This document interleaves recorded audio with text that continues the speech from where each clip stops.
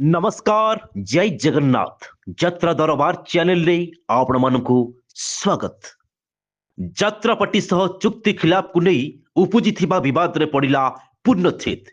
एही मामला रे राय सुनाई भुवनेश्वर सिविल कोर्ट पीयूष को यात्रा सिंह बाहिनी रु मंच चढ़िबाकू अनुमति देइछंती। आउ कोर्ट को ए राय पर पीयूष कर खंडगिरी मंच चढ़िबा पथ परिष्कार होईछि। सेपटे ए खबर आसिबा परे पीयूष को फैन को मध्य खुशी देखा मिली। सूचना था कि चुक्ति खिलाफ को नहीं अबेरा सूर्य मंदिर पक्षर कोर्ट रे मामला दायर होइथिला। सूर्य मंदिर पक्षर अभियोग होइथिला जे पीयूष चुक्ति अनुजाई शर्त पूरण न करी अन्य पार्टी को जाइछंती। एमितिरे कोर्ट एही मामलार सुनानी न सरिबा पर्यंत पीयूष को मंच चढ़िबा उपरे कटकणा लगाइथिले।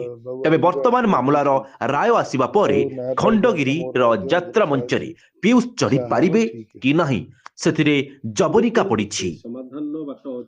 या पूर्वरु सोमवार पीयूष निजे मध्य पुरी जाई महाप्रभुंको आशीर्वाद नैथिले। एही समय रे पीयूष कहिथिले मोते नहीं जेउ विवाद उपजिछि ताहा महाप्रभु विचार करिबे। मु धैर्य करी अपेक्षा करिछि।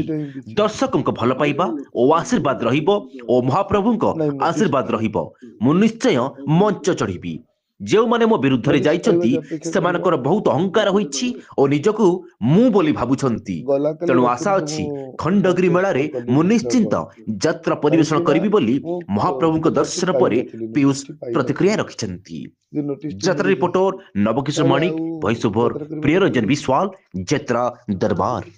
शुणी जे आम यात्रा करि परिबो आज ठारू तापर उकिलंग सहित आलोचना कला परे कोन यार नेक्स्ट अछि हम बुझिबो। नहीं खुशी एथरे किछि नै, सब परा जगार विचार हो।